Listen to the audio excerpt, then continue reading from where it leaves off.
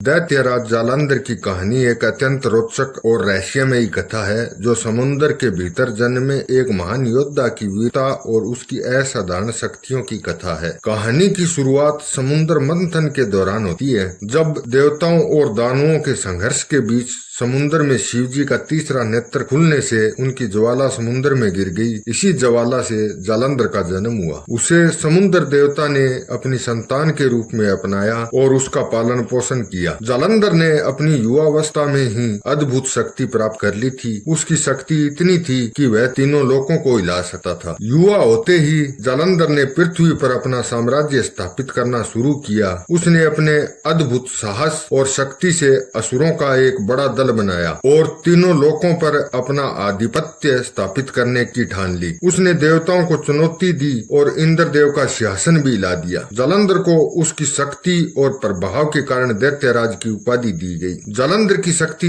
इतनी बढ़ गई थी कि उसने भगवान शिव को भी चुनौती देने की ठान ली। उसने नारद मुनि से पार्वती जी की सुंदरता के बारे में सुना और उन्हें पाने की इच्छा कर बैठा। जालंधर ने अपने दूत को शिव जी के पास भेजा और पार्वती जी को उसे सौंपने का प्रस्ताव रखा। भगवान शिव ने क्रोधित होकर इस प्रस्ताव को अस्वीकार कर दिया, परंतु जालंधर ने शिव जी से युद्ध का ऐलान कर दिया। जालंधर की ताकत से देवता भी भयभीत थे। उसने युद्ध में इंद्रदेव, वरुण देव और यमराज को भी पराजित कर दिया। अंततः भगवान विष्णु और भगवान शिव ने उसे रोकने का प्रयास किया, लेकिन जालंधर ने अपनी मायावी शक्तियों के बल पर शिवजी और विष्णु को भी कड़ी चुनौती दी। देवी पार्वती के अपमान के कारण माता दुर्गा ने जालंधर को श्राप दिया कि उसकी मृत्यु उसी के हाथों होगी जो उसकी पत्नी की सच्ची तपस्या करेगा। इसी श्राप के अनुसार भगवान शिव ने अंततः जालंधर का संहार किया। युद्ध में जालंधर के मरते ही उसकी आत्मा भगवान शिव में विलीन हो गई। जालंधर की कथा हमें यह सिखाती है कि अहंकार और गलत इरादों का